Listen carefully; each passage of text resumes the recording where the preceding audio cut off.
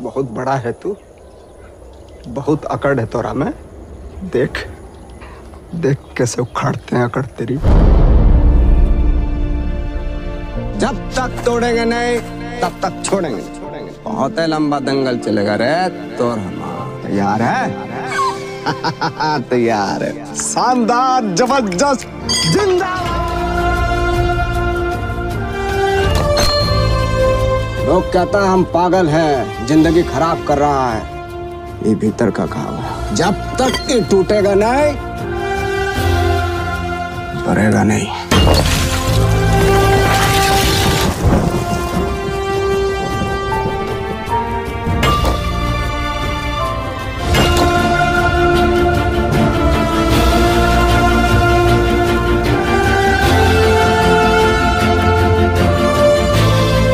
भगवान के भरोसे मत बैठिए, का पता भगवान हमरे भरोसे बैठा।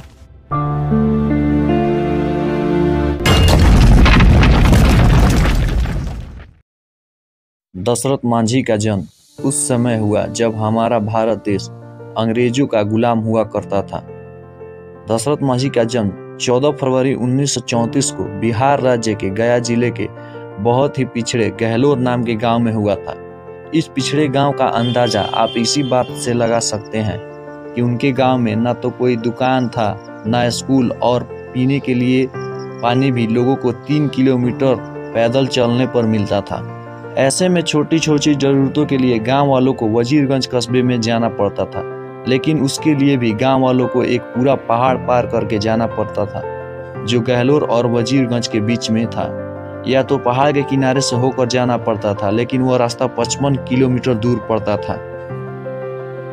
बचपन से ही दशरथ जी का परिवार काफी गरीब था।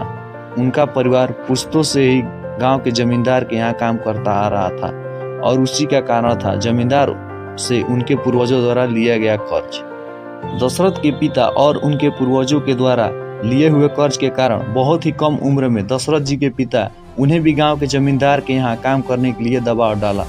लेकिन दशरथ को जमींदारी के यहाँ गुलामी करना मंजूर नहीं था, और वे उसी समय घर छोड़कर भाग गए और धनबाद जाकर कोयले की खदान में काम करने लगे।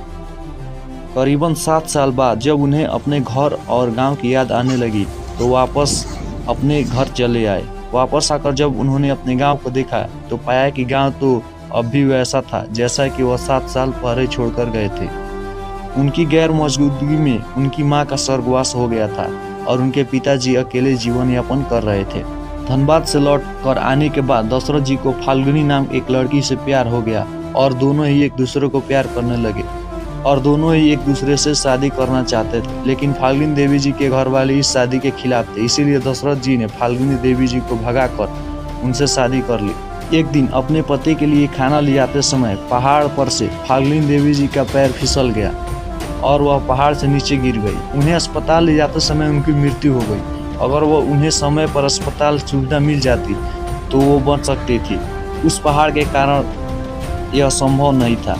यह घटना से दशरथ जी का हृदय टूट गया और उन्हें ऐसा लगने लगा जैसे उनकी जिंदगी में अब कुछ नहीं रहा। फाल्गुनी के निधन के बाद दशरथ जी ने प्रतिज्ञा ली कि वह इस पहाड़ को तोड़कर इसके बीच से रास्ता बनाएंगे ताकि जो उनके साथ हुआ वह किसी के साथ दोबारा ना हो सके। बहुत बड़ा है तू, बहुत अकड़ है तोरा में।